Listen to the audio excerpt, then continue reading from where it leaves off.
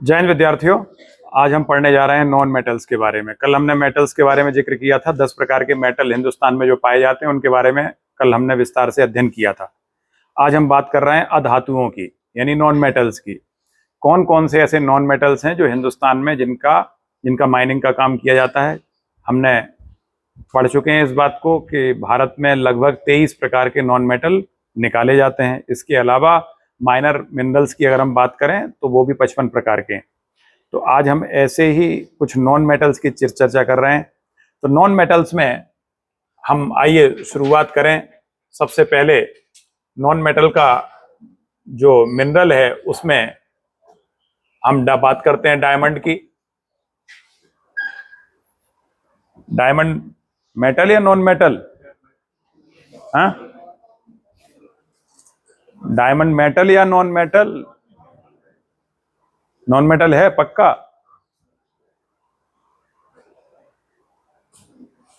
Metal किसे कहते हैं, नॉन मेटल किसे कहते हैं? अगर आपसे पूछा जाए कि एक लाइन में बताइए।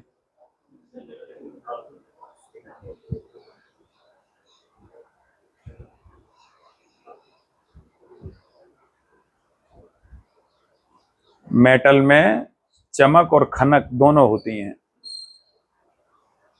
यानी चमकने के साथ साथ अगर उस पर प्रहार किया जाए तो खनक भी होती है, यानी उसकी जो साउंड होती है, सोनोरस साउंड कहते हैं उसको, खनक कहते हैं हिंदी में। तो ये सोनोरस साउंड पाई जाती है।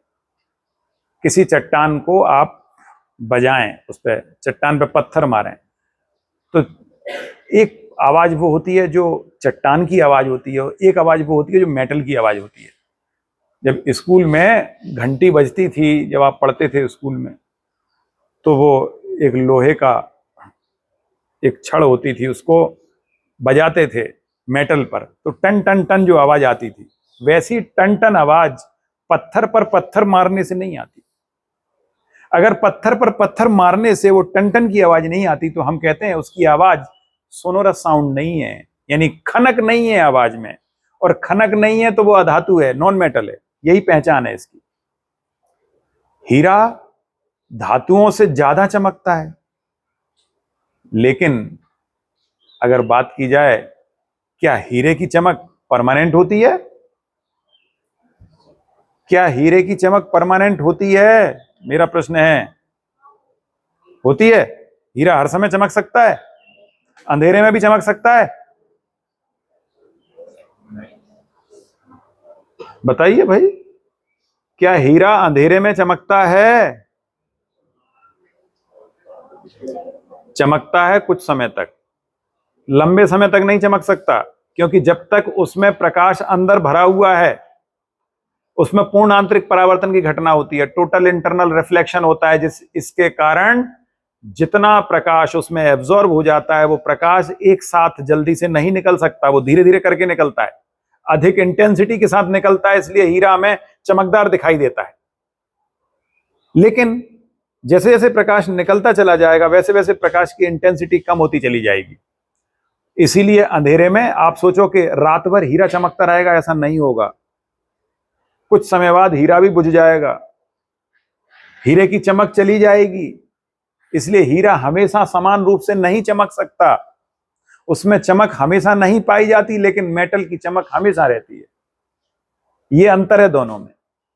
हीरे की चमक परमानेंट नहीं होती, गलतफहमी ना पालें। अक्सर लोग ये समझते हैं हीरा तो हर समय चमकेगा, ऐसा नहीं होगा। हीरा तब तक चमकेगा जब तक उसको प्रकाश मिलता रहेगा, जब तक वो प्रकाश को एब्जॉर्ब करेगा चमकता रहेगा। लेकिन अगर आपने बिल्कुल अंधेरे में हीरे को रख दिया लंबे समय तक तो थोड़ी समय बाद उसका प्रकाश खत्म हो जाएगा। इसलिए हीरे में चमक तो बहुत है लेकिन प्रकाश में रहकर चमकता है। मेटल में शाइन हमेशा बनी रहती है, मेटल अंधेरे में भी शाइन करती है, यह उसकी विशेषता है। मेटल में खनक होती है, हर समय वो खनकती है। हीरे में खनक नहीं होती, हीरा नॉन मेटल है। कार्बन का शुद्धतम रूप है हीरा, और कार्बन क्या है? नॉन मेटल है। कार्बन मेटल नहीं है, कार्बन नॉन मेटल के अंतर्गत आता है। समझ में आई बात?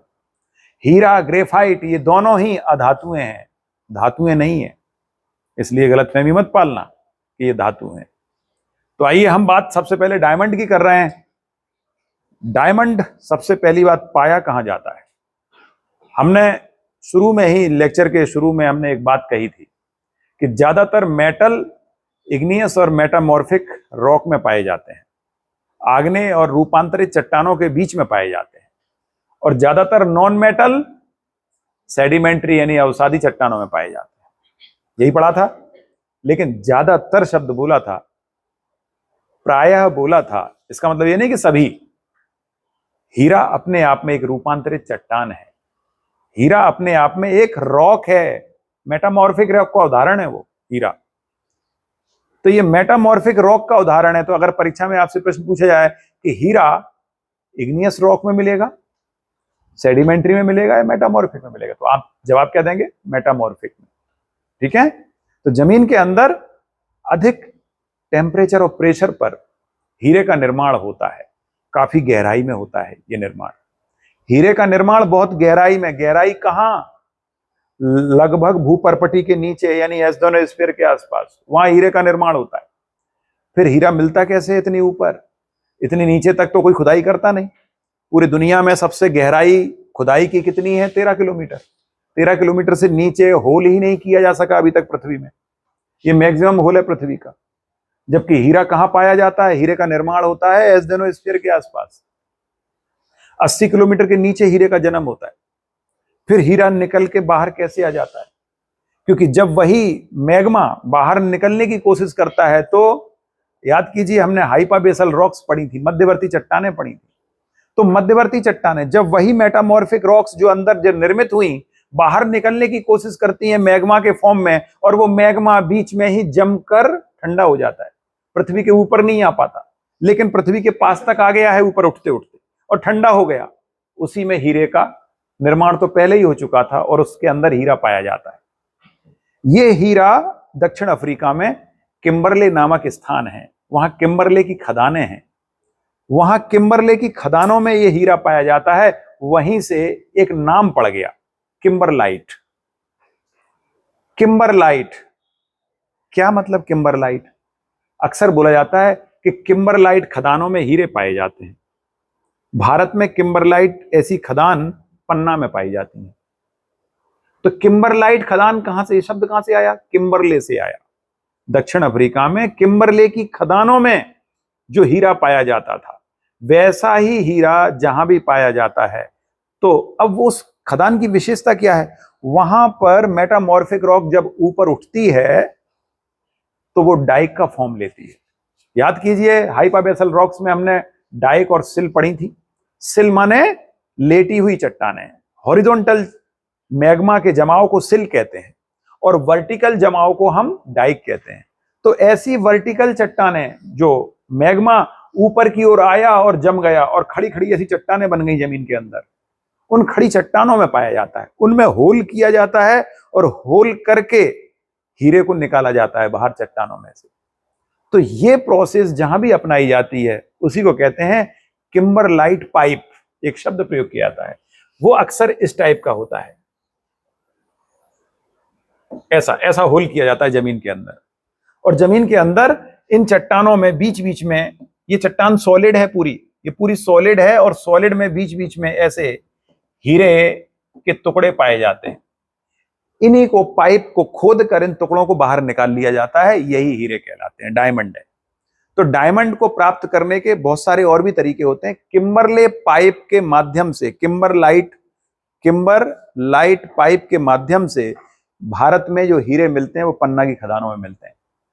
तो ये परीक्षा में ऐसा प्रश्न आता है कि पन्ना की खदानों में जो हीरे होते हैं वो किस प्रकार के होते हैं, तो किस प्रकार की, किस प्रोसेस से निकाले जाते हैं? तो किम्बरलाइट प्रोसेस से निकाले जाते हैं, किम्बरलाइट पाइप बनाकर निकाले जाते हैं। किम्बरलाइट पाइप शब्द आया कहां से, मैंने आपको बताया, क्योंकि डिगिंग की जाती है, होल किया जाता है, सीधा खड़ा होल। खड़ा होल क्यों किया जाता है? क्योंकि जो चट्टान है वो कैसी है, वो चट्टान इस प्रकार की है, ऐसी चट्टान है, खड़ी हुई चट्टान। तो खड़ी हुई चट्टान के बीच में जो हीरे के टुकड़े पाए जाते हैं उन्हीं को ऐसा छेद करके निकाला जाता है। तो ये किम्बरले नामक स्थान से शब्द आया था, इसलिए किम्बरलाइट शब्द का प्रयोग किया जाने लगा। हुआ समझ में आया? तो भारत में यही डायमंड कहां पाया जाता है? पन्ना प्रमुख क्षेत्र है, एकमात्र वही क्षेत्र है जहां पर हीरा आज भी निकाला जाता है। हालांकि इसका दूसरा सबसे बड़ा क्षेत्र आंध्र प्रदेश में भी है, आंध्र प्रदेश में, लेकिन वहां हीरा निकाला नहीं जाता। निकाला केवल पन्ना सतना जिले में ही है, इसी में उत्खनन का काम हो रहा है हीरे का, और भारत में कहीं नहीं होता।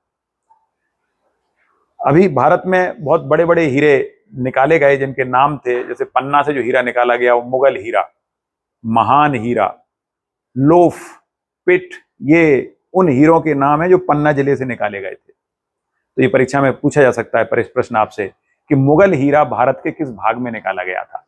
कोहिनूर जो सबसे बड़ा हीरा था, जो आज भी सबसे फेमस है, आंध्र प्रदेश में गोलकुंडा की खदान से निकाला गया था।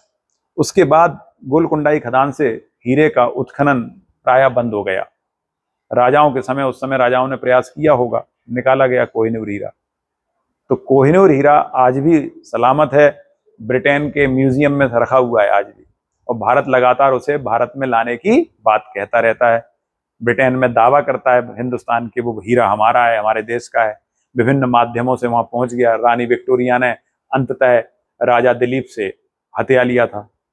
राजा दिलीप जो महाराणा रणजीत सिंह के जो वंशज हुआ करते थे, उन्हीं से उन्होंने अंतिम रूप से उन्होंने अपने राज्य को बचाने के लिए रानी को गिफ्ट कर दिया था वो हीरा। और वो हीरा कहां कहां से कैसे कैसे पहुंचा, साउथ में निकला था, नॉर्थ में कैसे आ गया, हिस्ट्री आप पढ़ोगे तो उसमें आपको सब मिल जाएगा कि जब मुस्लिम आक्रांताओं ने जब नीचे आक्रमण किए तो वो हीरे को प्राप्त किया। जो आपका वो आया था गंधार से आक्रांता, क्या नाम था उसका, अब्दाली नहीं, नादिर शाह।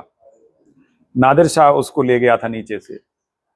नादिर शाह ले गया तो कहा जाता है वो हीरा जिसके पास रहा उसका राज्य ही चौपट हो गया। बड़ा अपशगुनिया हीरा है ये, जिसके पास रहा वो खत्म हो गया उसका राज्य।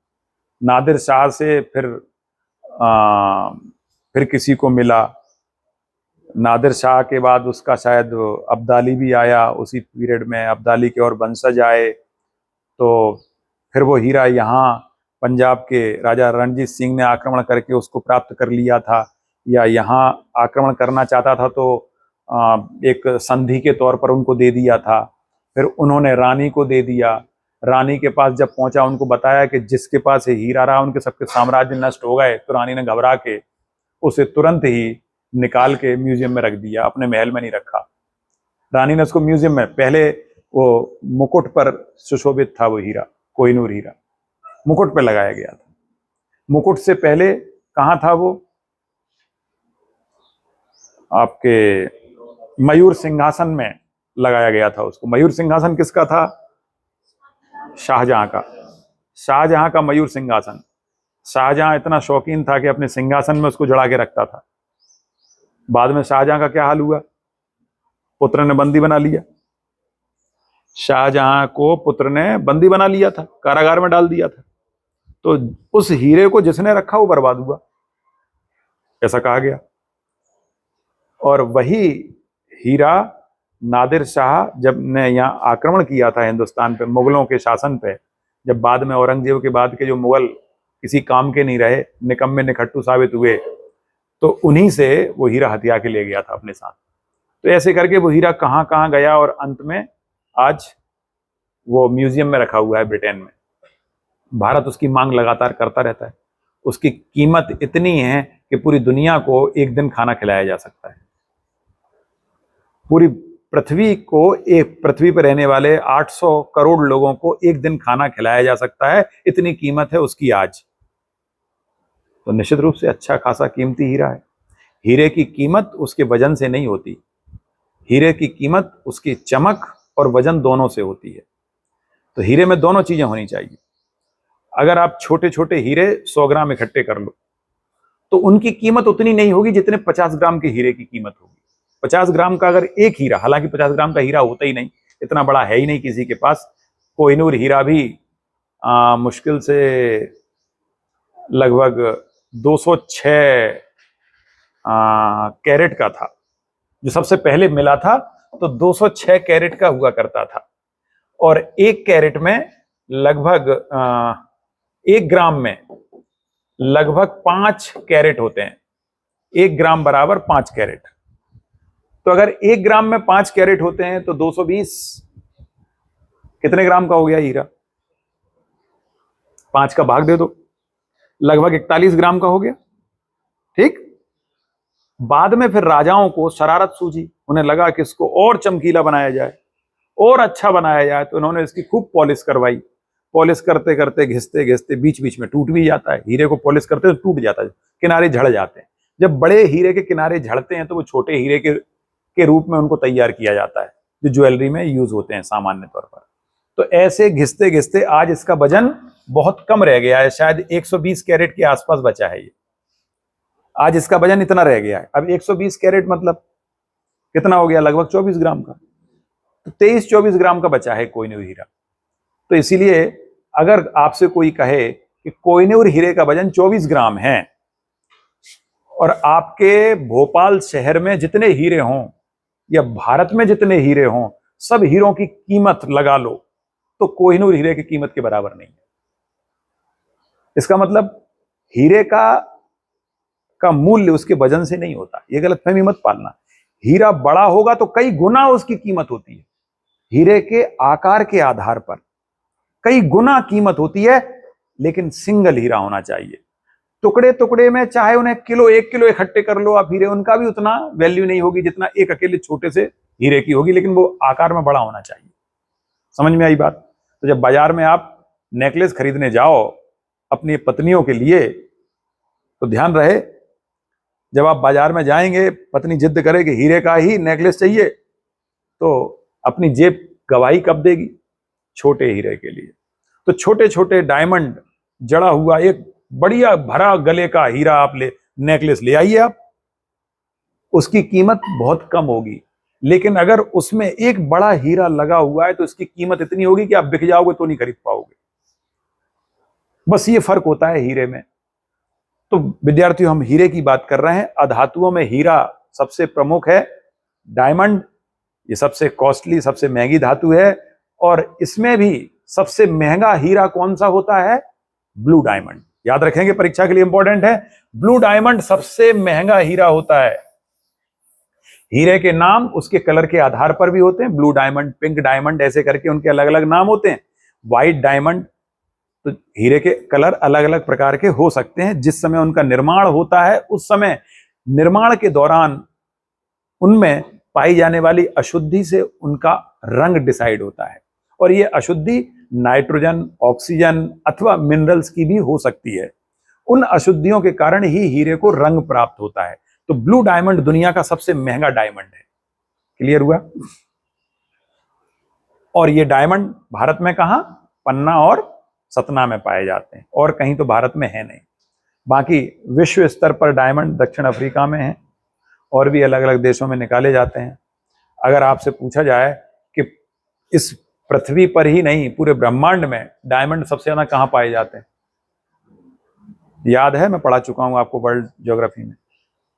सबसे ज्यादा डायमंड कहां पाए जाते हैं? अरे बताया था ना, व्हाइट ड्वार्फ में जब तारे की मृत्यु होती है, वो अपनी अंतिम अवस्था को प्राप्त करता है, श्वेत वामन तारा बनता है, तब वहां हीरों की वर्षा होती है। जैसे हमारे यहाँ ओलावृष्टि होती है, ऐसे वहां डायमंड रेन होती है। वहां पाए जाते हैं सबसे ज्यादा हीरे। तो ये ब्रह्मांड में कहां सबसे ज्यादा है? तो वो जगह है। तो हीरे के बारे में हमने क्या जाना कि हीरा एक ऐसी अधातु है जो आज पृथ्वी पर सबसे कीमती अधातु है, और इसकी विशेषता होती है ये नेचर में पाए जाने वाले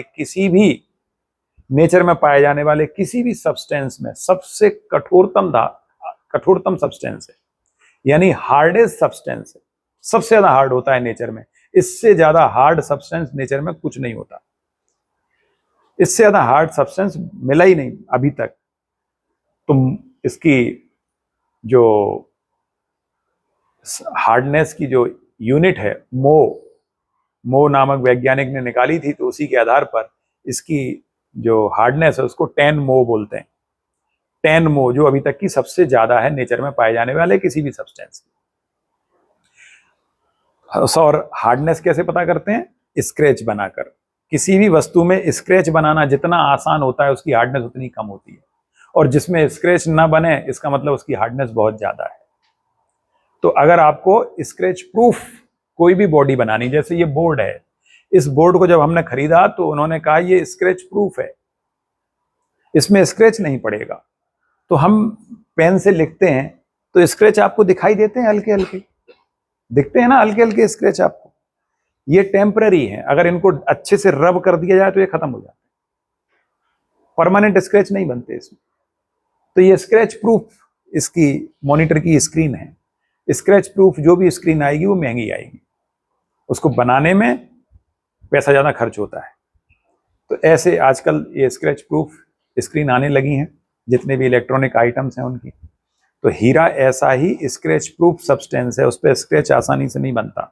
और हीरा इतना हार्ड होता है, ऐसे समझ सकते हो कि मेटल को काट सकता है।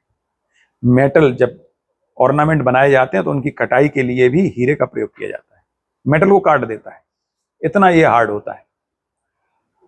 तो इसके बाद सेकंड नंबर पे आता है अगला मेटल, उसमें है ग्रेफाइट।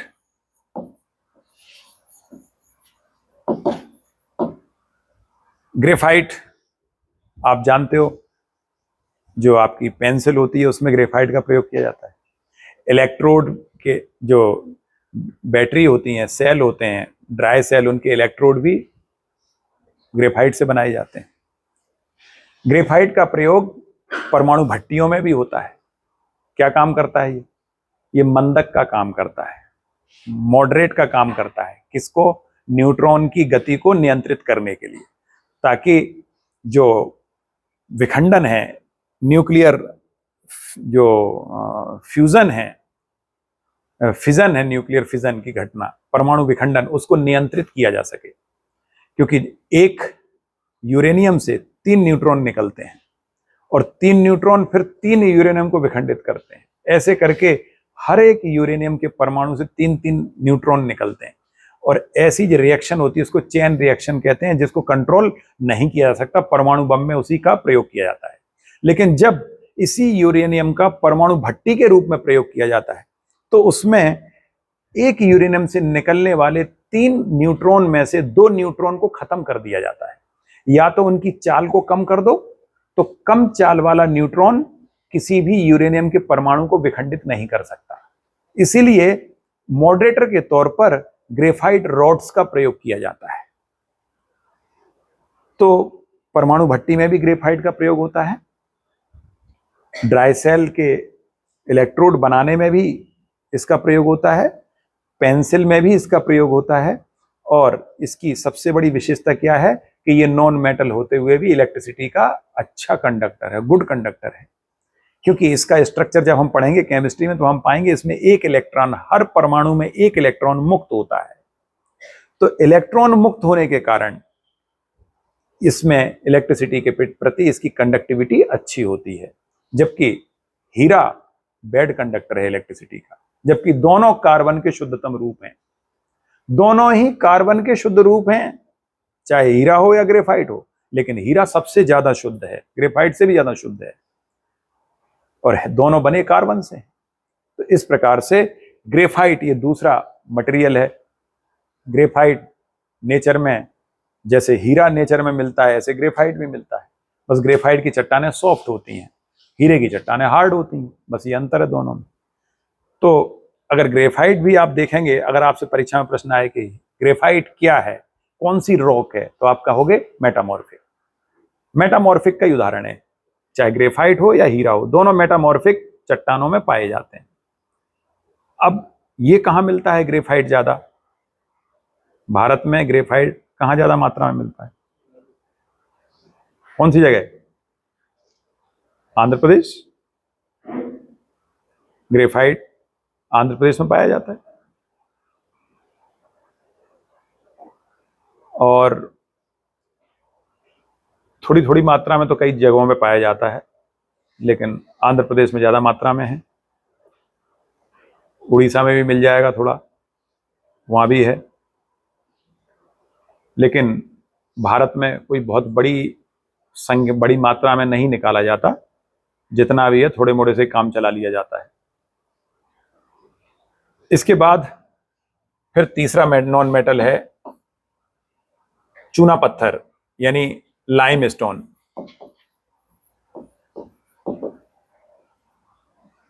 चूना पत्थर इसको बोलते हैं कैल्शियम कार्बोनेट। नेचर में जिस रूप में मिलता है वो है कैल्शियम कार्बोनेट के फॉर्म में, और यही वो नॉन मेटल है जो पृथ्वी के लगभग हर भाग में पाई जाती है। परीक्षा के लिए इंपॉर्टेंट है, पृथ्वी के सर्वाधिक भागों में पाई जाने वाली नॉन मेटल या मेटल। मेटल की बात करेंगे तो आप कहेंगे एल्यूमिनियम, बॉक्साइट, और अगर नॉन मेटल की बात करेंगे तो आप कहेंगे लाइमस्टोन। ये पृथ्वी के हर क्षेत्र में पाया जाता है। अगर भारत में बात करें तो मैक्सिमम लाइमस्टोन राजस्थान में। राजस्थान में सबसे ज्यादा लाइमस्टोन, सेकंड नंबर पे मध्य प्रदेश आता है। इसीलिए सबसे ज्यादा सीमेंट के कारखाने भी राजस्थान और मध्य प्रदेश में है, क्योंकि सीमेंट बनाने में इसका सबसे बड़ा योगदान है। तो ये लाइमस्टोन चूने का पत्थर है, और ये चूंकि इसका प्रयोग हर जगह है, इसी चूने के पत्थर से बहुत सारी चीजें, विशेष रूप से सिरेमिक चीजें बनाई जाती हैं, और सीमेंट बनाने में तो इसका उपयोग है ही। प्रमुख उपयोग इसका सीमेंट बनाने में भी है, कांच बनाने में भी इसका प्रयोग किया जाता है, ग्लास बनाते हैं उसमें भी चूना पत्थर प्रयोग किया जाता है। इसके साथ ही अगला है जिप्सम।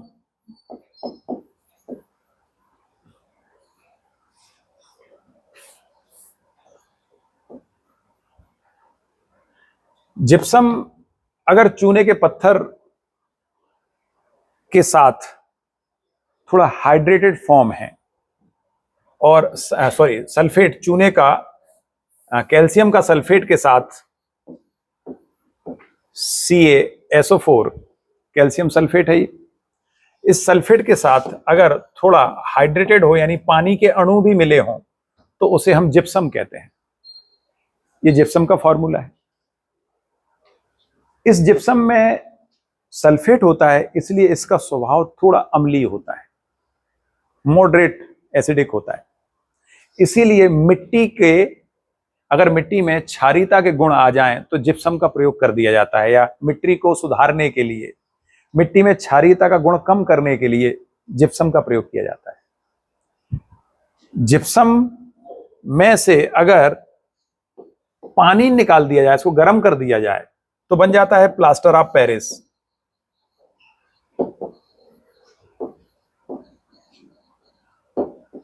प्लास्टर ऑफ पेरिस बन जाता है।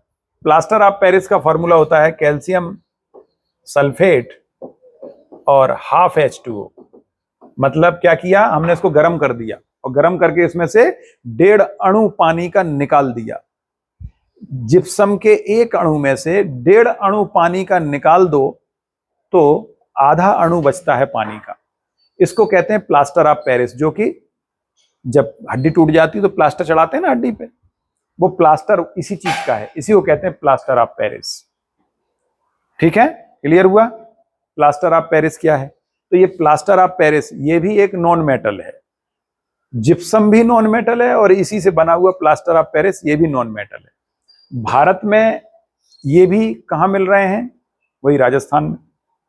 राजस्थान में ज्यादा मात्रा में पाए जाते हैं ये भी। ये सबसे बड़ा उत्पादक राज्य है हमारा राजस्थान, वहीं जिप्सम मिल रहा है, वहीं पर लाइमस्टोन मिल रहा है।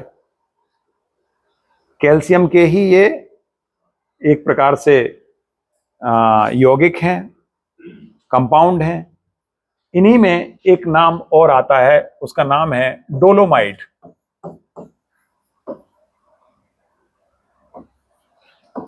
डोलोमाइट को बोलते हैं कैल्शियम मैग्नीशियम कार्बोनेट। यह है डोलोमाइट का केमिकल फॉर्मूला, रासायनिक सूत्र। डोलोमाइट को बोलते हैं कैल्शियम मैग्नीशियम कार्बोनेट। ये वास्तव में ये एक मैग्नीशियम का अयस्क है। मैग्नीशियम ओर के नाम से जाना जाता है, क्योंकि मैग्नीशियम का निष्कर्षण या मैग्नीशियम का एक्सट्रैक्शन इसी से किया जाता है। तो ये कैल्शियम भी है इसमें और मैग्नीशियम भी, दोनों मिक्स हैं, इसी में से मैग्नीशियम निकाल लिया जाता है। तो कैल्शियम मैग्नीशियम कार्बोनेट के रूप में डोलोमाइट को जाना जाता है।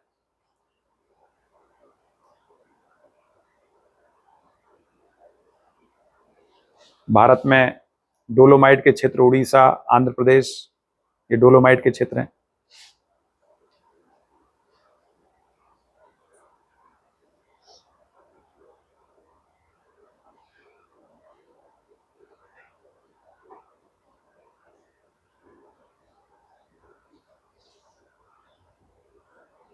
ये जितने भी उत्पाद हैं ये सिरेमिक आइटम में, प्रसाधन सामग्री में उपयोग किए जाते हैं। जिप्सम का प्रयोग साबुन बनाने में भी होता है, पेंट बनाने में भी होता है। तो विभिन्न प्रकार की इंडस्ट्री में इनके उपयोग किए जाते हैं, इसलिए ये महत्वपूर्ण होते हैं। इसके बाद हम बात करते हैं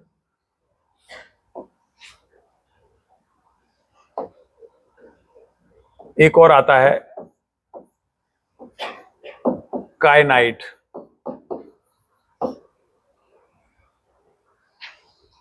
कायनाइट आंध्र प्रदेश में इसके बहुत बड़े भंडार हैं।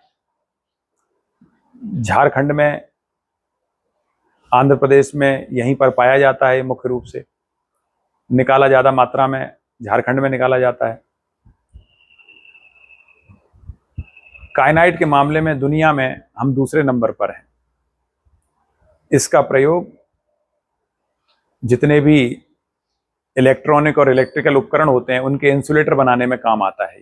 इंसुलेटर मतलब करंट ना लगे, ऐसा लेयर चढ़ा दी जाती है। तो कायनाइट का प्रयोग इंसुलेटर के तौर पर किया जाता है और भारत इसके उत्पादन में दूसरे स्थान पर आता है अमेरिका के बाद। तो ये बहुत ही इंपॉर्टेंट अयस्क है और नॉन मेटल के अंतर्गत आता है।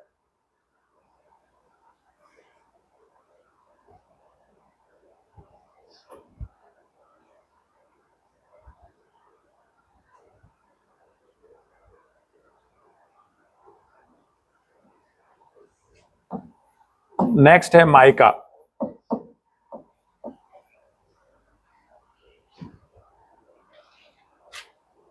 माइका यानी अभ्रक।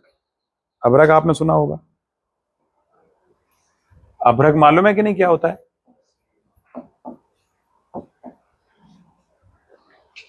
कई प्रकार के यौगिकों का मिश्रण, mixture of many different types of compounds, उनसे मिलकर बना है। तो अब स्वाभाविक है ये एक रॉक है, कैसी? कठोर चट्टान है। तो ये मेटामॉर्फिक रॉक का ही उदाहरण है। मेटामॉर्फिक रॉक में ही ये पाया जाता है। लेकिन अगर आपसे इससे पहले डोलोमाइट, जिप्सम, लाइमस्टोन, इन सब की बात करें तो ये सब सेडिमेंट्री रॉक में मिलते हैं। और ये माइका और आपका डायमंड, ग्रेफाइट, ये आपको मिल रहे हैं मेटामॉर्फिक रॉक में। तो माइका एक इसकी जो सबसे बड़ी विशेषता है कि ये इलेक्ट्रिसिटी का कुचालक, बैड कंडक्टर, लेकिन हीट का गुड कंडक्टर होता है। ये इसकी विशेषता है। पूरे दुनिया में सबसे ज्यादा अभ्रक भारत में पाया जाता है। सबसे ज्यादा अभ्रक की खदान है, या अभ्रक का रिजर्व पूरे इंडिया में है, सबसे ज्यादा पूरे वर्ल्ड में। इसलिए हिंदुस्तान अभ्रक के मामले में नंबर 1 पर है। अभी तक जितने भी हमने खनिज पढ़े, किसी में भी नंबर 1 पर है हिंदुस्तान? नहीं है। अभ्रक में नंबर 1 पर है, इसलिए इसको याद रखना बहुत जरूरी है। भारत में सबसे ज्यादा अभ्रक, पूरी दुनिया में सबसे ज्यादा अभ्रक भारत में निकाला जाता है। इसीलिए भारत इस अभ्रक को जब निर्यात करता है तो दुनिया के 3 देश ऐसे हैं जो भारत से पूरा अभ्रक खरीद लेते हैं। अमेरिका, ब्रिटेन और जापान, तीनों भारत से अभ्रक खरीद लेते हैं, क्योंकि पूरे दुनिया में भारत से ज्यादा अभ्रक कहीं नहीं होता। और इसका अगर आपको सही प्रयोग देखना है तो इसका प्रयोग देखना आप कभी, जो आयरन प्रेस होती है, जो उसको कभी खोल के देखना, उसमें एक प्लेट लगी होती है अभ्रक की। उस प्लेट से जो आपका फेज है वो टच करता है इलेक्ट्रिसिटी का। तो जैसे ही आप इलेक्ट्रिसिटी को में आप प्लग लगाते हो तो प्लग से जो करंट आता है वो सीधी इसी प्लेट पे टच करता है और वो प्लेट उस करंट से गर्म हो जाती है। लेकिन उस अभ्रक की क्या विशेषता है कि ये बेड कंडक्टर है, तो इलेक्ट्रिसिटी को पास नहीं होने देता, लेकिन इलेक्ट्रिसिटी से गर्म तो होता है। तो अभ्रक की प्लेट गर्म हो जाती है और उसके नीचे स्टील की प्लेट लगी रहती है, तो उसकी गर्मी से स्टील की प्लेट गर्म होती है। लेकिन स्टील की प्लेट पर करंट नहीं पहुंचता, हीट पहुंच जाती है। करंट क्यों नहीं पहुंच रहा? क्योंकि ये बेड कंडक्टर है, इसलिए इसके संपर्क में जो स्टील की प्लेट है वो गर्म तो हो जाती है लेकिन करंट नहीं पहुंचता। इसलिए आयरन जो प्रेस होती है उसमें हम करंट से बच जाते हैं, उसको हम टच भी कर लेते हैं, हमें करंट नहीं लगता, लेकिन वो गर्म इसीलिए होती है, वो अभ्रक के जिसकी जो कैरेक्टरिस्टिक है उसके कारण। तो ये अभ्रक की कैरेक्टरिस्टिक से ही प्रेस गर्म होती है। तो जितने भी ऐसे ऐसे आइटम यूज किए जाते हैं, चाहे ये हो अथवा गीजर है, गीजर में भी इसका प्रयोग किया जाता है। ऐसे विभिन्न स्थानों पर जहां इलेक्ट्रिसिटी का बैड कंडक्टर के तौर पर यूज करना हो और हीट के गुड कंडक्टर के तौर पर यूज करना हो, वहां अभ्रक का प्रयोग किया जाता है। ये एकमात्र ऐसा मटेरियल है, क्योंकि आमतौर पर ये गुण मटेरियल में नहीं पाए जाते कि इलेक्ट्रिसिटी का बैड कंडक्टर है और हीट का गुड कंडक्टर है। ये दोनों गुण, क्योंकि अक्सर क्या होता है, जो इलेक्ट्रिसिटी का गुड कंडक्टर होता है या हीट का गुड कंडक्टर हो, वो इलेक्ट्रिसिटी का भी गुड कंडक्टर होता है, ये गुण पाया जाता है। लेकिन इसमें ये विशेष गुण है, इसीलिए इसकी उपयोगिता बहुत ज्यादा है। तो इलेक्ट्रिकल उपकरण बनाने में अभ्रक का सबसे ज्यादा प्रयोग किया जाता है, तो ये इसी दृष्टि से काम आता है। ये काइनाइट का प्रयोग सिरेमिक टाइल्स बनाने में किया जाता है, सिरेमिक टाइल्स बनाने में भी इसका प्रयोग होता है काइनाइट का।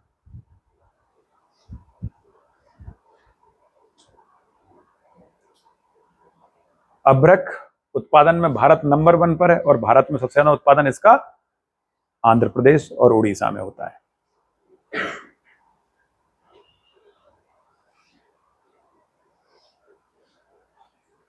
आंध्र प्रदेश की पट्टी ही सबसे महत्वपूर्ण है, बाकी उड़ीसा, थोड़ा मोड़ा झारखंड, इनमें भी प्रयोग होता है इसका, इनका उत्खनन होता है।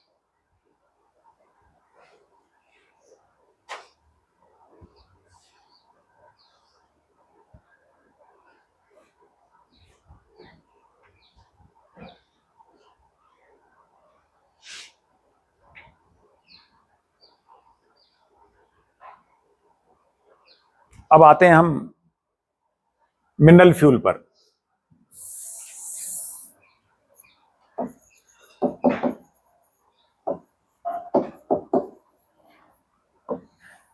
मिनरल फ्यूल में सबसे पहले हम न्यूक्लियर फ्यूल की बात कर लेते हैं। कौन कौन से हैं? उसमें 2 प्रमुख हैं, एक है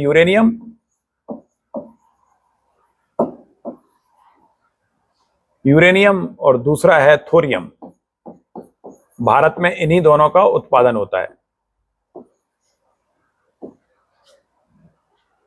यूरेनियम, जैसा कि हम जानते हैं कि न सिर्फ परमाणु बम बनाने में काम आता है, परमाणु विखंडन के तौर पर इसमें बहुत ज्यादा ऊर्जा होती है, उसका प्रयोग हम परमाणु भट्टियों में इलेक्ट्रिसिटी बनाने के लिए करते हैं।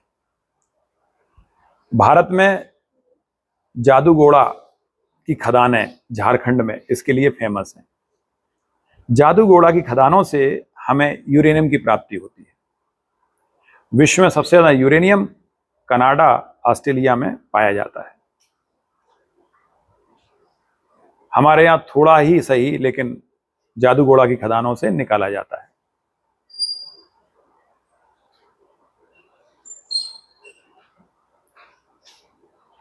प्रयोग कहां हो रहा है इसका?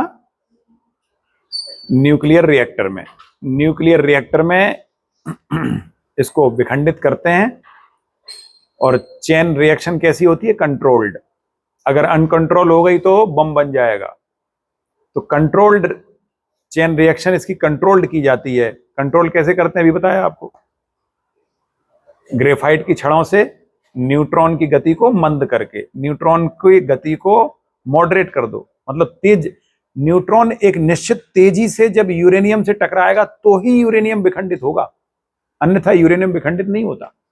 तो अगर न्यूट्रॉन की स्पीड को कम कर दिया जाए, वो स्पीड को कम करने का काम ग्रेफाइट करता है, तो इसलिए ग्रेफाइट का प्रयोग वहां किया जाता है। तो इस प्रकार से यूरेनियम ये परमाणु ऊर्जा का एक मुख्य स्रोत है। हम जो परमाणु ऊर्जा प्राप्त करते हैं, हमारे देश में इस समय कितनी न्यूक्लियर इलेक्ट्रिसिटी है, कुल इंस्टॉल्ड कैपेसिटी कितनी है हमारी हिंदुस्तान की, बताइए। याद है, हमने पढ़ा था, हिंदुस्तान की कुल इंस्टॉल्ड कैपेसिटी लगभग 4,45,000 मेगावाट आवर, ये है हमारी कैपेसिटी। 4,45,000 मेगावाट आवर, एक घंटे में हम इतनी इलेक्ट्रिसिटी जनरेट कर लेते हैं। इसमें से न्यूक्लियर इलेक्ट्रिसिटी कितनी है? Nuclear electricity installed capacity Bharat की 8200 मेगावाट आवर है। 4,45,000 में से 8200 लगभग कितने परसेंट हुई? 2% कह सकते हैं, 2% से थोड़ा कम। तो भारत में nuclear electricity capacity, installed capacity 2% के आसपास है। तो हम जितने भी हमारे परमाणु रिएक्टर काम कर रहे हैं, उनसे इस समय 8,200 मेगावाट आवर इलेक्ट्रिसिटी हमें प्राप्त होती है। ये हमारी इंस्टॉल्ड कैपेसिटी है, इलेक्ट्रिसिटी की स्थापित क्षमता है। टोटल कुल स्थापित क्षमता ये है जिसमें से इतना हम न्यूक्लियर रिएक्टर के थ्रू बनाते हैं, जिसमें यूरेनियम का मुख्य रूप से प्रयोग करते हैं। फिर इसके बाद है थोरियम। थोरियम इसका मुख्य, अच्छा यहां इनके दोनों के अयस्क भी याद कर लेना आप। इन दोनों के अयस्क, यूरेनियम का अयस्क है pitch blend. Uranium pitch blend से मिलता है और थोरियम मोनाजाइट से मिलता है।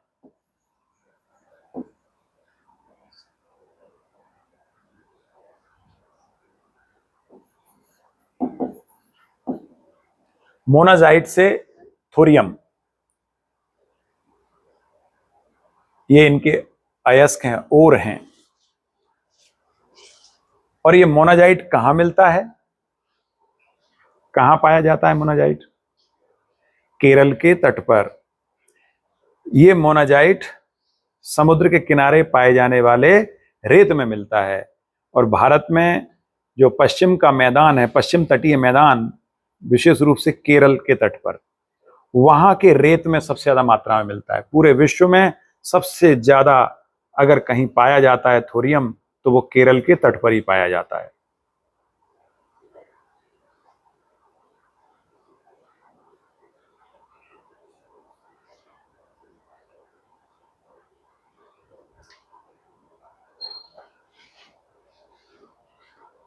इसका प्रयोग भी परमाणु भट्टियों में होता है, लेकिन इसको डायरेक्ट प्रयोग नहीं कर सकते, पहले इसे ब्रीडर रिएक्टर के थ्रू कन्वर्ट करना पड़ता है, तब इसका प्रयोग होता है, दूसरे एटम में कन्वर्ट करना पड़ता है।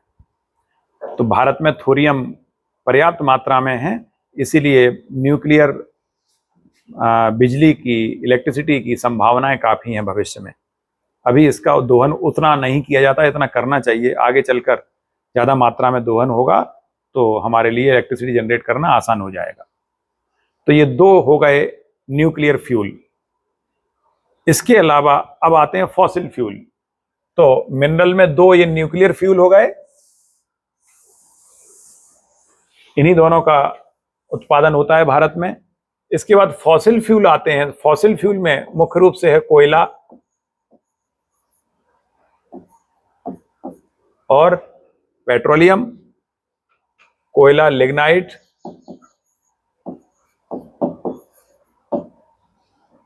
तीसरा पेट्रोलियम,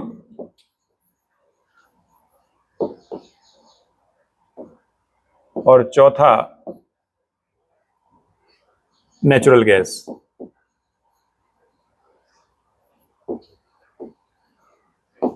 ये चारों फ्यूल मिनरल कहलाते हैं, मिनरल फ्यूल्स हैं।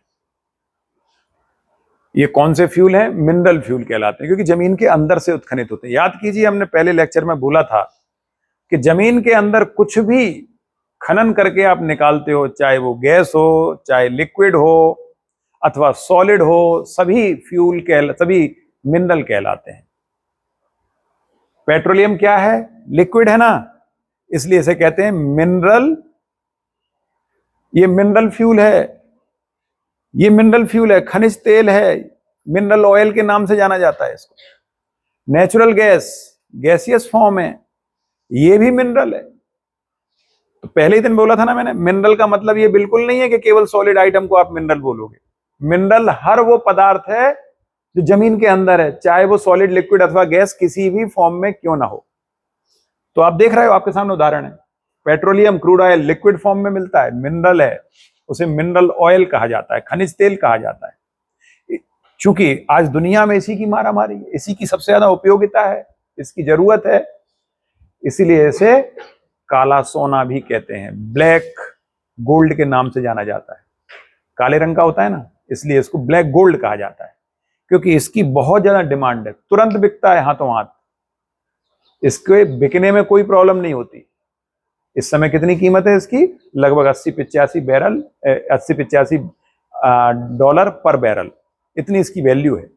एक बैरल 159 लीटर का होता है, और अगर $80 का 159 लीटर आ रहा है, इसका मतलब 1 लीटर क्रूड ऑयल की कीमत $0.50 है।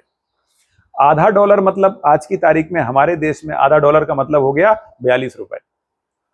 तो 42 रुपए में कितना आ रहा है? 2 लीटर।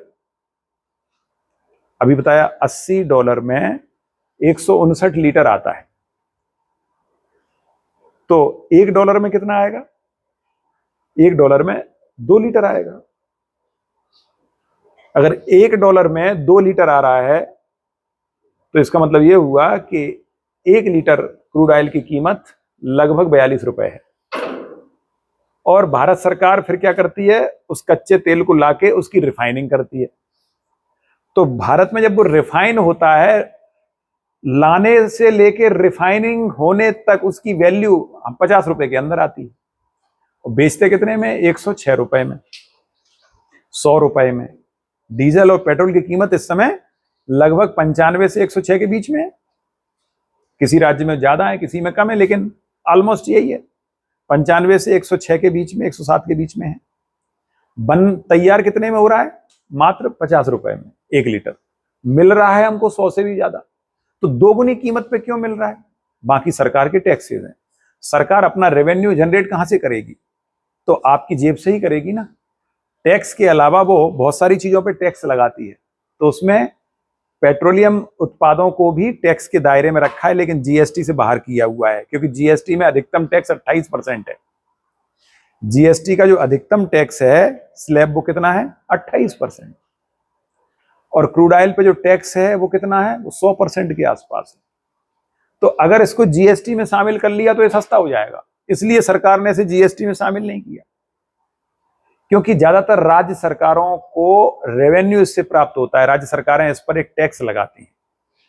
राज्य सरकार अलग टैक्स लगाती है और केंद्र सरकार अलग टैक्स लगाती है। दोनों के एक्साइज ड्यूटी अलग अलग है, पेट्रोल पर, डीजल पर। उससे दोनों को अच्छा खासा लाभ होता है। लेकिन अगर जीएसटी में शामिल कर लिया तो केवल 28% यानी 14% दोनों को मिल जाएगा, केंद्र और राज्य को। और अभी 100% मिलता है, तो 50-50% दोनों में बट जाता है। आई बात समझ में? इसीलिए क्रूड ऑयल को हमने या हिंदुस्तान में जीएसटी में शामिल नहीं किया गया, इसका यही कारण है। तो हमने देखा यहां ये चारों प्रकार ये मिनरल फ्यूल हैं। कौन से? फॉसिल मिनरल फ्यूल हैं। तो मिनरल फ्यूल 2 प्रकार के होते हैं, फॉसिल मिनरल फ्यूल और nuclear mineral fuel. Nuclear mineral fuel में मैंने आपको 3 बताए थे। कौन कौन से बताए थे? थोरियम, यूरेनियम और प्लूटोनियम, ये 3 बताए थे मैंने। इसका एटॉमिक नंबर 90, इसका एटॉमिक नंबर 92, इसका एटॉमिक नंबर 94। ये 3 मुख्य रूप से यूज किए जाते हैं परमाणु भट्टियों में। हिंदुस्तान में 2 ही निकलते हैं, थोरियम और यूरेनियम, प्लूटोनियम नहीं है। हम प्लूटोनियम को फास्ट ब्रीडर रिएक्टर से प्राप्त करते हैं। ब्रीडर रिएक्टर, ब्रीड माने होता है क्या? प्रजाति। जब एक ही जाति के लोग अलग अलग प्रजाति में पाए जाए, मानव की बहुत सारी ब्रीड है ना, ऐसे ही इनकी न्यूक्लियर जो एटम है इनकी भी ब्रीड होती है, मतलब एक परमाणु को दूसरे परमाणु में कन्वर्ट किया जा सकता है। उसमें से रेडियो एक्टिव जो जो रेडिएशन होते हैं उनको आगे पीछे करके अल्फा बीटा गामा को निकाल कर और इनको एक एटम को दूसरे एटम में कन्वर्ट किया जा सकता है। तो इस तरह से आर्टिफिशियल रेडियो एक्टिव तत्व बनाए जाते हैं। तो वो तत्व जो होते हैं उनको बनाने के लिए जिस भट्टी का प्रयोग किया जाता है उसे कहते हैं ब्रीडर रिएक्टर। ब्रीडर रिएक्टर, प्रजनक भट्टी, जो प्रजनक मतलब नई चीज पैदा कर रही है, इसलिए प्रजनक भट्टी बोलते हैं हिंदी में, इंग्लिश में बोलते हैं ब्रीडर रिएक्टर। तो ब्रीडर रिएक्टर के थ्रू हम प्लूटोनियम बनाते हैं, यूरेनियम से प्लूटोनियम बना लेते हैं। तो भारत में थोरियम यूरेनियम का प्रयोग होता है। प्लूटोनियम या ये दोनों उत्खनित होते हैं, निकलते हैं खदानों से, ये नहीं मिलता भारत में प्लूटोनियम, लेकिन दूसरे देशों में तो मिलता है। तो इसलिए ये तीनों ही ये क्या कहलाते हैं, ये न्यूक्लियर फ्यूल हैं, न्यूक्लियर मिनरल फ्यूल कहलाते हैं। और ये चारों न्यूक्लियर फॉसिल फ्यूल कहलाते हैं। मिनरल फ्यूल के दो प्रकार होते हैं, कौन कौन से? एक फॉसिल फ्यूल और दूसरे न्यूक्लियर फ्यूल। दो प्रकार हो गए मिनरल फ्यूल के, फॉसिल फ्यूल और न्यूक्लियर फ्यूल। फॉसिल फ्यूल में 4 फ्यूल आते हैं, कोयला, लिग्नाइट, पेट्रोलियम और नेचुरल गैस। ये चारों ये कहलाते हैं फॉसिल फ्यूल। अब यदि हम कोयले की बात करें तो कोयले के 4 प्रकार होते हैं। कोयला नेचर में 4 प्रकार से पाया जाता है। कौन कौन से प्रकार होते हैं कोयले के? एंथ्रेसाइट,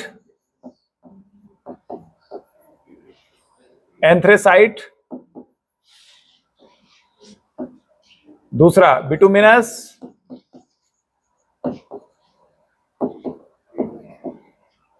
तीसरा लिग्नाइट, चौथा पीट। ये 4 प्रकार के कोयला होते हैं। इन 4 प्रकार के कोयले में क्या विशेषता होती है विद्यार्थियों? एंथ्रेसाइट ये सबसे उत्तम कोटि का कोयला है जिसमें कार्बन की मात्रा 90 to 95% होती है।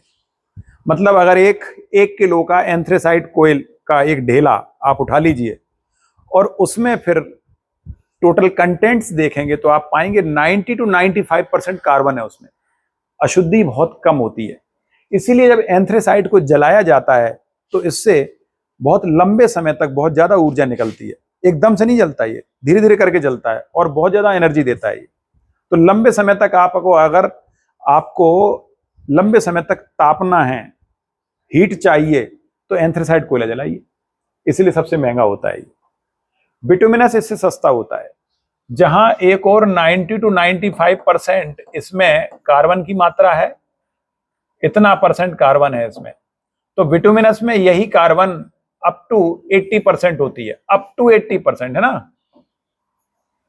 Up to 80%।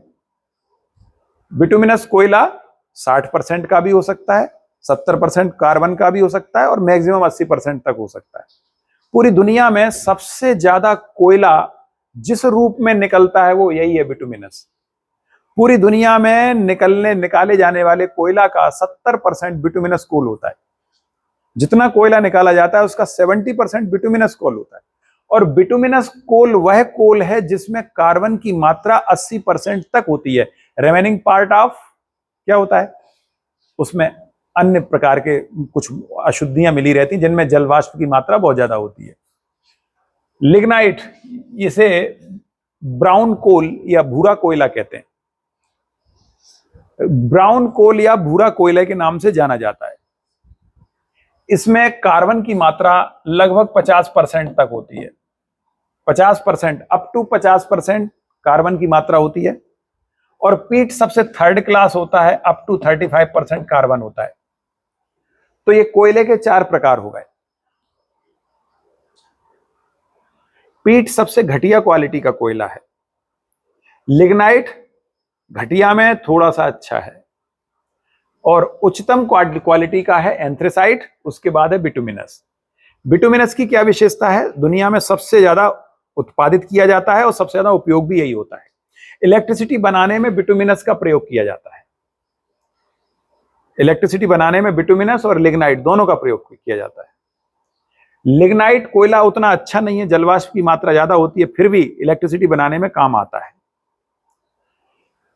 ये कोयला भारत में सबसे ज्यादा मात्रा में तमिलनाडु के नेवेली क्षेत्र में पाया जाता है। सबसे इंपॉर्टेंट क्षेत्र तमिलनाडु का नेवेली, वहीं पर सबसे ज्यादा लिग्नाइट कोयला होता है।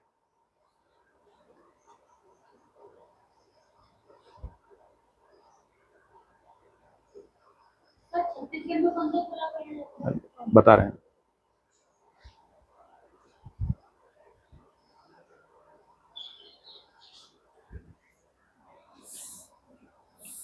अब विद्यार्थियों हम बात करते हैं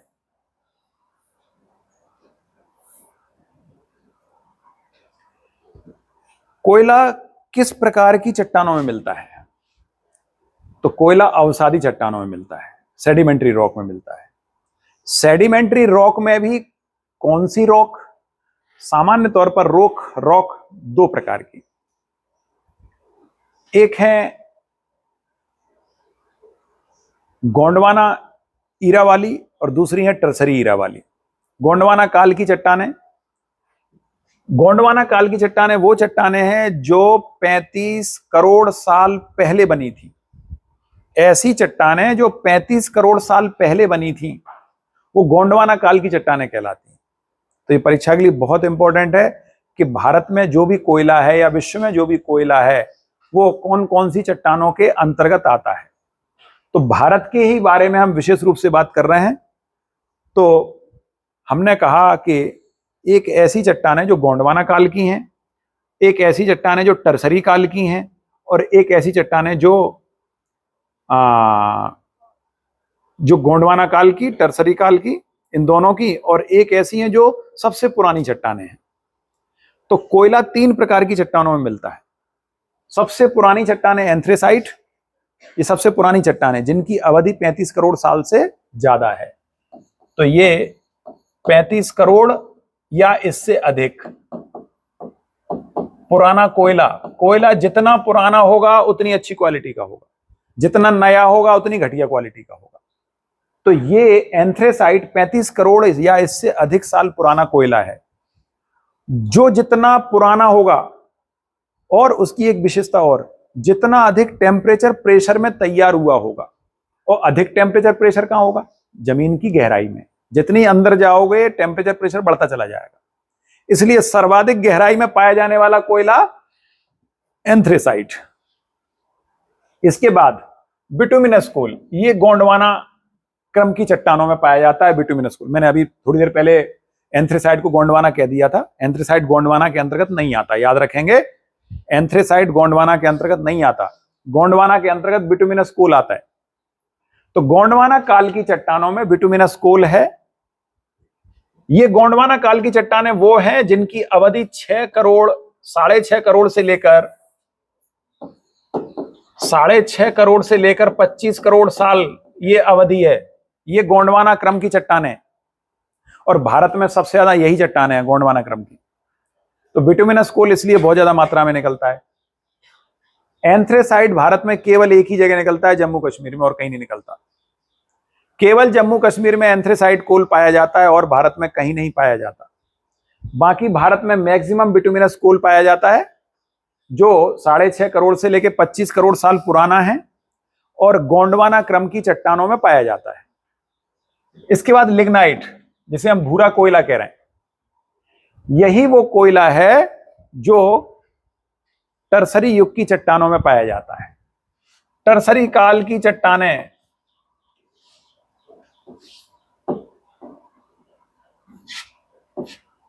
टर्सरी काल की चट्टानें, इसको हिंदी में कहते हैं तृतीयक युग की चट्टानें। टर्सरी मतलब तृतीयक। तो टर्सरी काल की चट्टानें, ये चट्टानें वो हैं जो कितने साल पुरानी है? मैक्सिमम 6.5 करोड़ साल पुरानी। मैक्सिमम 6.5 करोड़ साल पुरानी है। इसका मतलब सबसे नवीन चट्टानें, कोयला जिन चट्टानों में पाया जाता है उनमें सबसे नई चट्टानें अगर कोई है तो वो टर्सरी काल की चट्टानें, टर्सरी युग की चट्टानें। और टर्सरी युग की चट्टानों में लिग्नाइट कोयला है। और भारत में सबसे नवीन क्षेत्र कौन सा है? हिमालय। सबसे नवीन क्षेत्र हिमालय है, इसीलिए लिग्नाइट कोयला हिमालय में, हिमालयन क्षेत्रों में भी मिलेगा, विशेष रूप से नॉर्थ ईस्ट में। नॉर्थ ईस्ट में जैसे अरुणाचल प्रदेश या अन्य राज्य, वहां पर जो कोयला मिलता है वो लिग्नाइट प्रकार का है, पीट प्रकार का है। ये पीट, ये भी नया कोयला है, इसमें भी अशुद्धि है। कार्बन की शुद्धि जितनी ज्यादा होगी वो कोयला उतना ही पुराना होगा, और कार्बन की शुद्धि जितनी कम होगी वो कोयला उतना नया है, और नया कोयला है तो वो कहां मिलेगा? टर्सरी युग की चट्टानों में मिलेगा। तो टर्सरी युग की चट्टानें भारत में या तो साउथ में है, साउथ में नेवेली में, लिग्नाइट में, नेवेली लिग्नाइट जो कोयला मिल रहा है आपको तमिलनाडु में, वहां पर है कुछ, और या फिर ऊपर हमारे हिमालय पर्वतीय के क्षेत्र में। तो ये हमें कुछ क्षेत्र याद रखने हैं कि टर्सरी युग की चट्टानों में लिग्नाइट प्रकार का कोयला निकलता है, गोंडवाना प्रकार की चट्टानों में बिटुमिनस निकलता है, और एंथ्रेसाइट गोंडवाना से भी ओल्ड चट्टानें हैं जो 35 करोड़ साल पुरानी है, 35 करोड़ साल से भी पुरानी है, और ये केवल जम्मू कश्मीर में पाया जाता है और कहीं नहीं। जम्मू कश्मीर में गहराई में मिलता है, ऊपर के क्षेत्रों में नहीं मिलता, क्योंकि ऊपर के क्षेत्रों में निकालोगे तो ये मिल जाएगा आपको लिग्नाइट और पीट। ये बहुत गहराई में मिलता है जम्मू कश्मीर, और एकमात्र जगह है जहां ये पाया जाता है। कभी जम्मू कश्मीर का वो पार्ट जहां एंथ्रेसाइट है वो बहुत पुराना रहा होगा, तब उसमें ये चीज पाई गई। अब प्रश्न उठता है कि ये गोंडवाना जो क्षेत्र है जिसमें मैक्सिमम कोयला मिलता है, ये कौन सा है, कौन सी कोयले की पट्टी है? तो याद रखेंगे विद्यार्थियों, दामोदर नदी की घाटी, दामोदर नदी की घाटी और उसके आसपास के क्षेत्र ये पूरे गोंडवाना लैंड के हैं। गोंडवाना क्रम की चट्टानें यहां पाई जाती हैं कोयले की। दामोदर की घाटी के पास में ही दूसरी नदियां भी मिलेंगी आपको, सबसे ज्यादा दामोदर घाटी में है, और उसके पास अन्य नदियां जिनमें सोन नदी, झारखंड में सोन नदी। पूरी पट्टी कौन सी है? वही आपकी झारखंड, पश्चिम बंगाल, उड़ीसा और छत्तीसगढ़, ये 4 ऐसे राज्य हैं जिनमें सबसे ज्यादा मात्रा में कोयला पाया जाता है। इन 4 राज्यों में भी भारत में सबसे ज्यादा कोयला कहां निकाला जाता है? अगर परीक्षा में प्रश्न आए आपको क्या लिखेंगे आप? ये हर साल बदलता रहता है, आंकड़ा बिल्कुल नेक टू नेक चलता है। 20 से 22% के बीच में तीनों राज्य झूलते हैं, जिसमें झारखंड इस समय 2024 में जो आंकड़ा आया उसमें झारखंड नंबर 1 पे आ गया। इससे पहले छत्तीसगढ़ नंबर 1 पर था। तो झारखंड, छत्तीसगढ़ और उड़ीसा, ये 3 राज्य हैं जहां 20 से 22% कोयला निकाला जाता है भारत का। यानी इन्हीं 3 राज्यों में 60 से 65% के बीच में कोयला इन्हीं 3 राज्यों में निकलता है।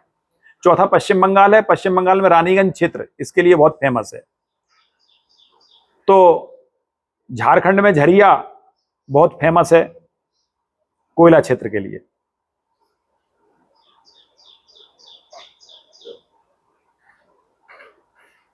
और कोयले की सबसे बड़ी खदान, अगर परीक्षा में प्रश्न आए कोयले की सबसे बड़ी घाटी क्षेत्र कौन सा है, तो आप कहेंगे दामोदर घाटी। कोयले का सबसे बड़ा क्षेत्र कौन सा है, तो आप कहेंगे झरिया। याद रखेंगे, कोयले की सबसे बड़ी नदी घाटी, कोयला भंडार की सबसे बड़ी नदी घाटी, तो बोलेंगे कौन सी? दामोदर घाटी। अगर परीक्षा में प्रश्न आता है कि सबसे ज्यादा कोयला किस क्षेत्र में पाया जाता है, तो वो क्षेत्र का नाम है झरिया।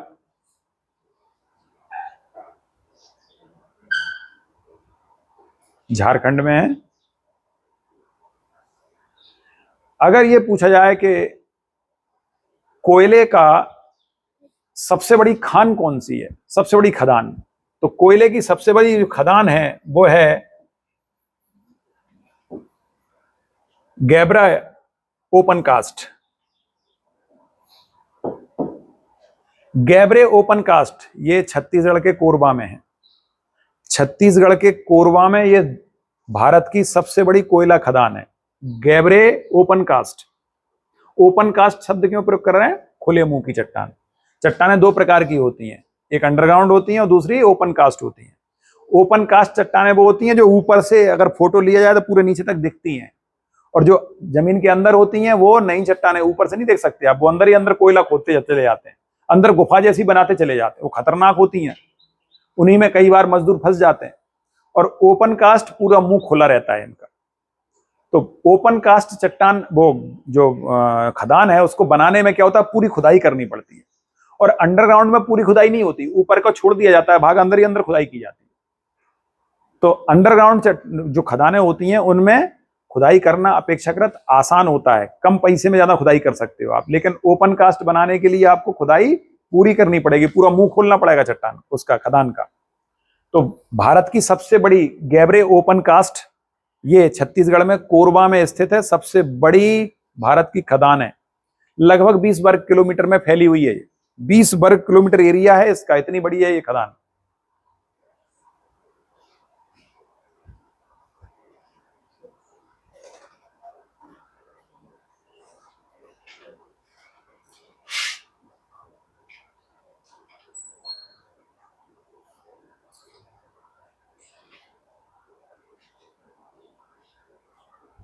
पूरे वर्ल्ड में हर साल कितना कोयला निकाला जाता है? लगभग 8,000 मिलियन टन कोयला एक साल में निकाला जाता है पूरे विश्व में। इस 8,000 मिलियन टन में 50 मिलियन टन अकेला चाइना निकालता है। 5,000 मिलियन टन, 5,000 मिलियन टन अकेला चाइना निकालता है। 8,000 में से 5,000 मिलियन टन के साथ चाइना नंबर 1 पर है, और 1,000 मिलियन टन के साथ इंडिया दूसरे नंबर पर है।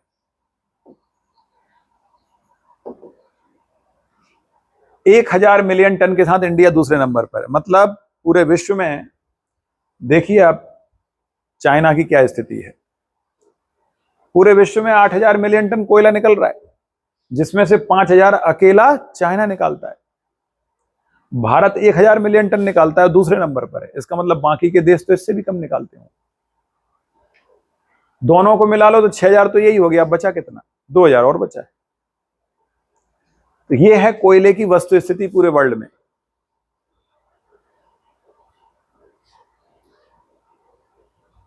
कोयला थर्मल पावर एफिशिएंसी सबसे ज्यादा रखता है। थर्मल पावर एफिशिएंसी मतलब ये हुआ, या दूसरे शब्दों में इलेक्ट्रिसिटी बनाने की सबसे ज्यादा सामर्थ्य अगर किसी में होती है तो वो कोयले में होती है। दुनिया के जितने भी इलेक्ट्रिसिटी बनाने के साधन हैं, चाहे इलेक्ट्रिसिटी कोयले से बनाई जाए, क्रूड ऑयल से बनाई जाए, क्रूड ऑयल में डीजल और लिग्नाइट का प्रयोग किया जाता है, वो डीजल का प्रयोग किया जाता है, और 4 प्रकार से बनाई जाती है इलेक्ट्रिसिटी जो आपके सामने है, कोल से, लिग्नाइट से, नेचुरल गैस से और पेट्रोलियम से। पेट्रोलियम में डीजल का प्रयोग किया जाता है इलेक्ट्रिसिटी बनाने में। तो किसी भी माध्यम से इलेक्ट्रिसिटी बनाएं, सबसे ज्यादा एनर्जी अगर मिलती है तो कोयले से मिलती है। कोयले की इलेक्ट्रिसिटी जनरेशन एफिशिएंसी सबसे ज्यादा होती है। कितनी? लगभग 72-73% तक। इसीलिए भारतवर्ष में कोयले से जो इलेक्ट्रिसिटी, जितनी इंस्टॉल्ड कैपेसिटी है हमारी, उसका मैक्सिमम भाग कोयले से है।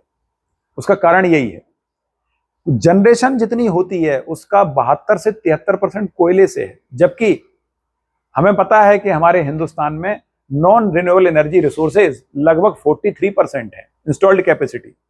4,45,000 मेगावाट आवर इंस्टॉल्ड कैपेसिटी में से 43% इंस्टॉल्ड कैपेसिटी अकेले रिन्यूएबल एनर्जी की है। अगर 43% रिन्यूएबल एनर्जी की है तो क्या रिन्यूएबल एनर्जी से 43% इलेक्ट्रिसिटी जनरेट होती है? नहीं, जनरेट होती है बमुश्किल 15-16%, 15-16 से 20% तक, बस इतनी जनरेट कर पाते हैं हम। है 43%, लेकिन जनरेट होती है 20%। तो क्यों भैया इतनी कम क्यों हो रही है जनरेट? क्योंकि उसकी जनरेशन कैपेसिटी कम है। जैसे फॉर एग्जांपल हमने सोलर एनर्जी बनाई, इंस्टॉल्ड कैपेसिटी, प्लांट तो हमने बना दिया 1,000 मेगावाट का, लेकिन वो 1,000 मेगावाट का प्लांट अपनी क्षमता, कितनी क्षमता से काम कर पा रहा है? अगर हम देखें तो औसतन उसका जो क्षमता आ रही है वो 200 से 250 मेगावाट की आ रही है बस। लेकिन अगर थर्मल पावर प्लांट वही होगा कोयले का 1,000 मेगावाट का, तो उसकी एफिशिएंसी आती है 700, 750, ऐसी आती है उसकी एफिशिएंसी। क्योंकि कोयला 12 महीने काम करता है, जलाओगे 12 महीने जलेगा, लेकिन आपको धूप 12 महीने नहीं मिलेगी। बारिश के समय धूप नहीं मिलने वाली, तो फिर क्या होगा? आपके सोलर पावर प्लांट अपने मिनिमम कैपेसिटी से काम करेंगे। जितने हाइड्रो पावर प्लांट हैं, क्या पानी 12 महीने मिलता है? नहीं मिलता, इसलिए वो पूरी क्षमता से काम ही नहीं कर सकते। विंड जो प्लांट हैं पूरी क्षमता से काम इसलिए नहीं कर सकते क्योंकि हर समय विंड की स्पीड 15 किलोमीटर पर आवर होनी चाहिए, तभी टरबाइन चलेगा, अभी वो चलेंगे, पवन चक्कियां चलेंगी, तभी टरबाइन से इलेक्ट्रिसिटी बनाई जा सकती है। कम से कम 15 किलोमीटर प्रति घंटा की रफ्तार होनी चाहिए हवा की, जो हमेशा नहीं होती। इसलिए जितने भी रिन्यूएबल एनर्जी सोर्स हैं उनसे इलेक्ट्रिसिटी बनाने की एफिशिएंसी कम होती है। थर्मल पावर में कोयले से इलेक्ट्रिसिटी बनाने की एफिशिएंसी सबसे ज्यादा है, इसीलिए सबसे ज्यादा प्रयोग भी उसी का किया जाता है। ठीक है, क्लियर हुआ? तो कोयले से संबंधित इतनी जानकारियां मैंने आपको इसलिए दी हैं क्योंकि इस पे क्वेश्चन ज्यादा पूछे जाते हैं, तो इसलिए इतनी चीजें आपको कोयले पर याद होनी चाहिए।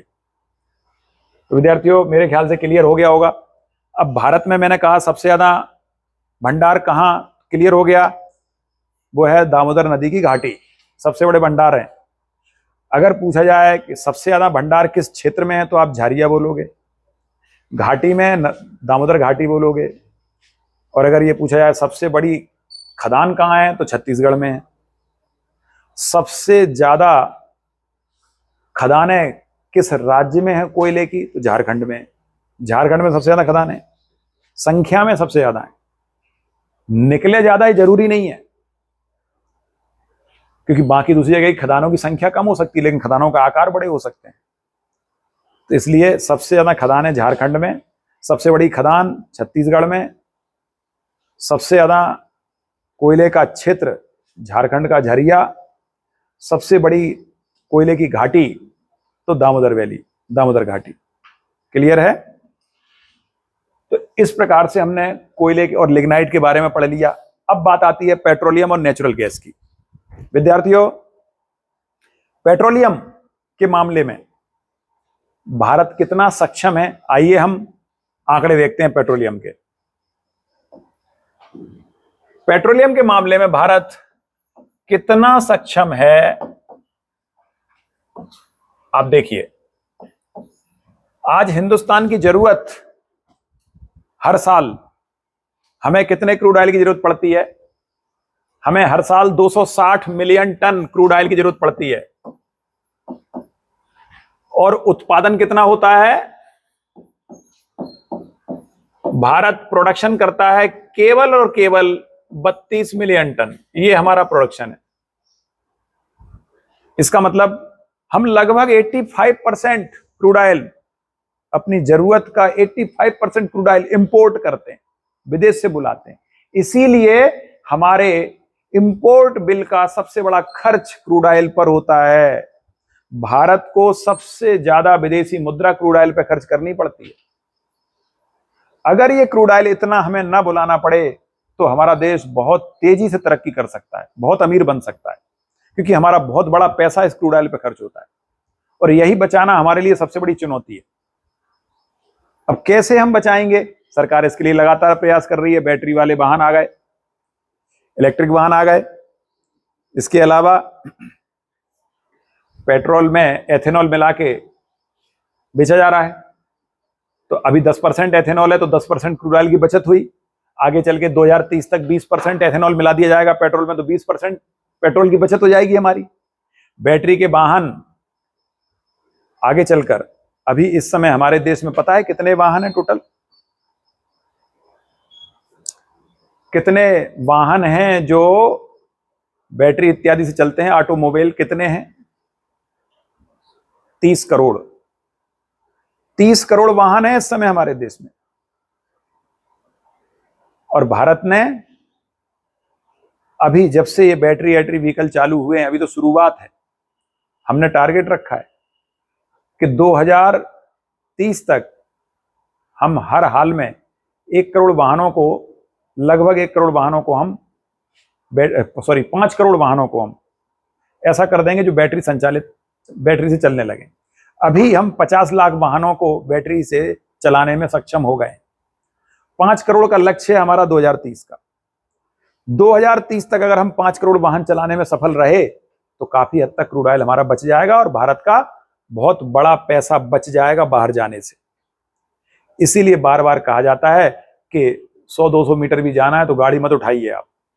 कहने को हर इंसान बड़े आराम से कह देता है, भाई किसी का क्या जाता है, मेरा पैसा, मैं चला रहा हूं, आपको दर्द क्यों हो रहा है?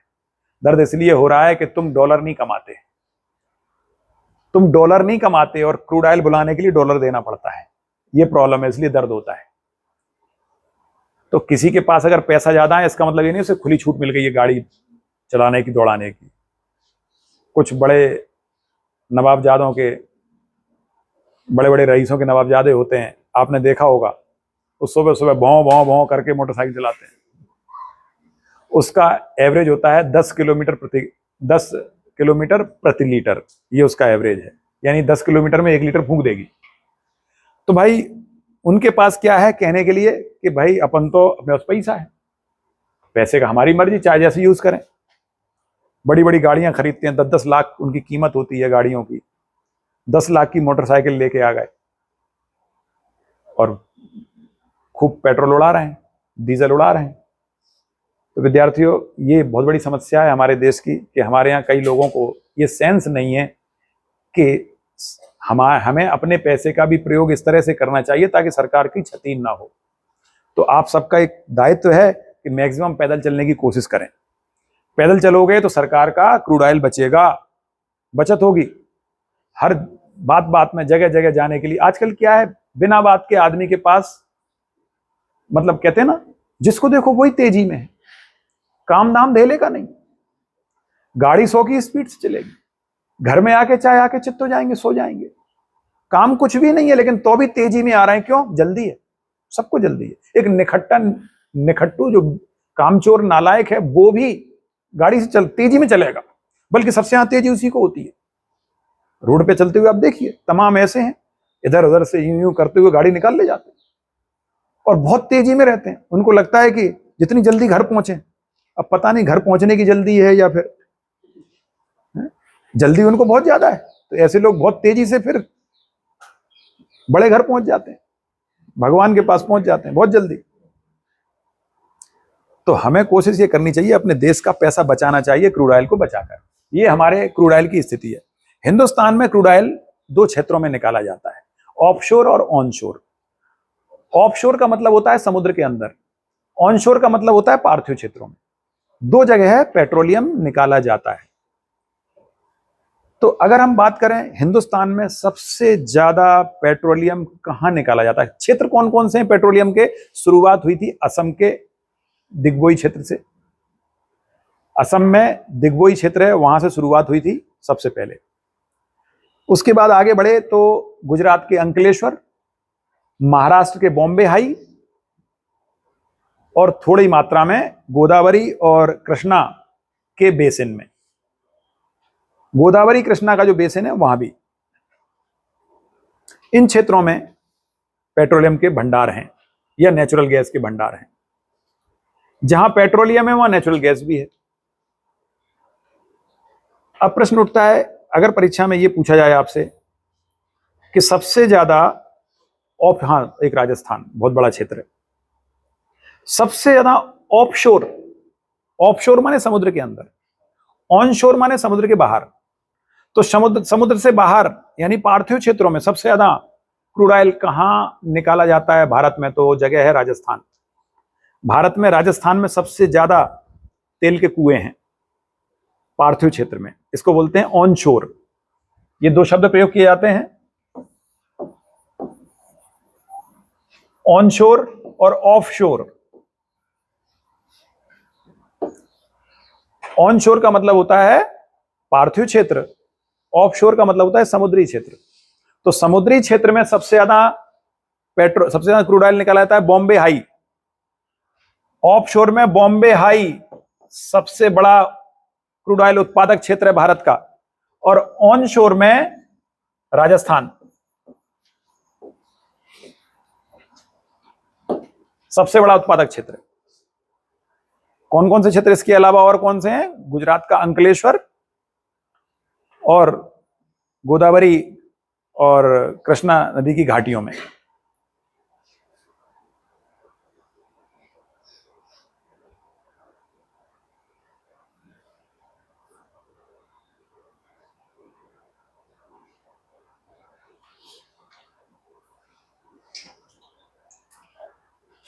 तो ये हो गया पेट्रोलियम के बारे में। डिस्कशन पेट्रोल के बारे में, और बहुत बड़ा डिस्कशन है, हम जब केमिस्ट्री पढ़ेंगे उस दौरान करेंगे इस पर और गहरा डिस्कशन।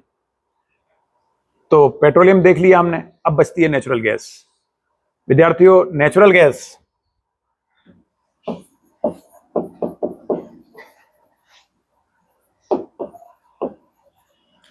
नेचुरल गैस के उत्पादन में थोड़ी देर के लिए हम बात करें।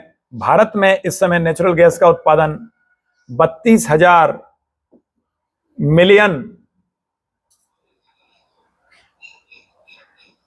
Cubic metre, 32,000 million cubic metre. ये क्यूबिक मीटर मतलब 1 मीटर किसको कहते हैं? 1 क्यूबिक मीटर, 1 मीटर लंबा, 1 मीटर चौड़ा, 1 मीटर गहरा, ऐसा एक बॉक्स बना है।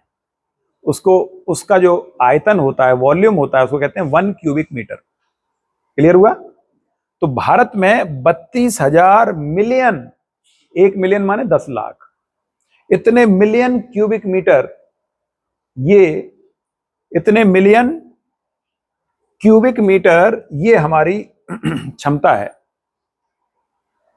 इतनी नेचुरल गैस हमें प्राप्त होती है, जबकि हम उपयोग कितना कर रहे हैं? 57,000, ये हमारा उपभोग है।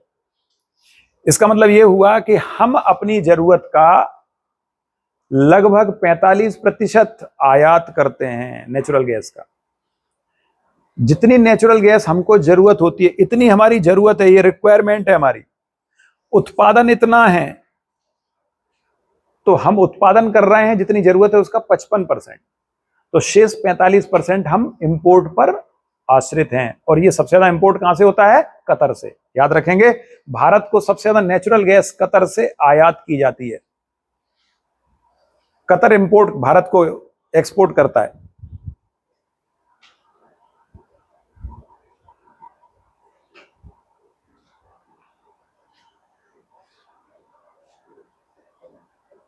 तो ये हमारी एक बहुत बड़ी प्रॉब्लम है। नेचुरल गैस सबसे ज्यादा कहां है? इसके सबसे बड़े भंडार गोदावरी कृष्णा बेसिन में सबसे बड़े भंडार हैं नेचुरल गैस के। और निकाली कहां जाती है? जहां जहां पेट्रोलियम निकलता है वहां वहां नेचुरल गैस भी निकलती है। वही क्षेत्र जो अभी पेट्रोलियम के पड़े हमने, वहीं पर नेचुरल गैस भी पाई जाती है। तेल के कुओं में नेचुरल गैस पहले निकलती है, बाद में फिर पेट्रोलियम।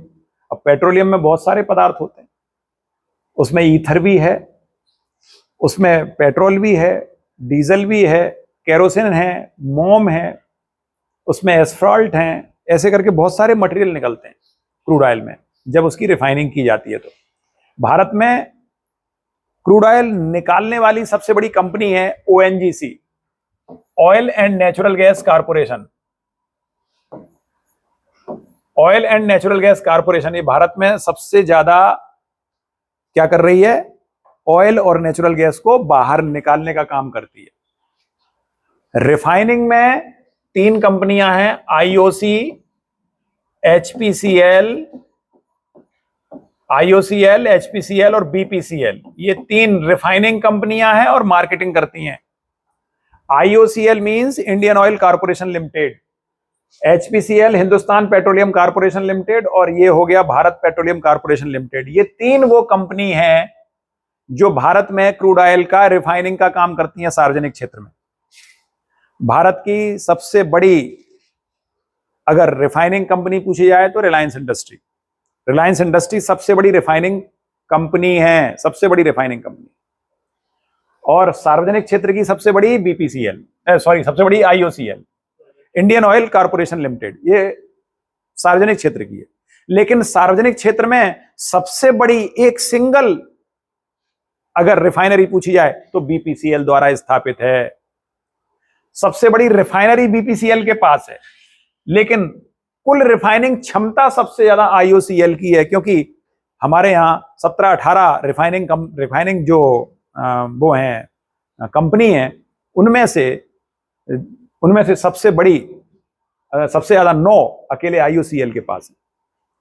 IOCL सबसे ज्यादा रिफाइनिंग इंडस्ट्री अगर किसी के पास है तो वो IOCL के पास है कुल मिलाकर, लेकिन सबसे बड़ी किसके पास है तो वो BPCL के पास है।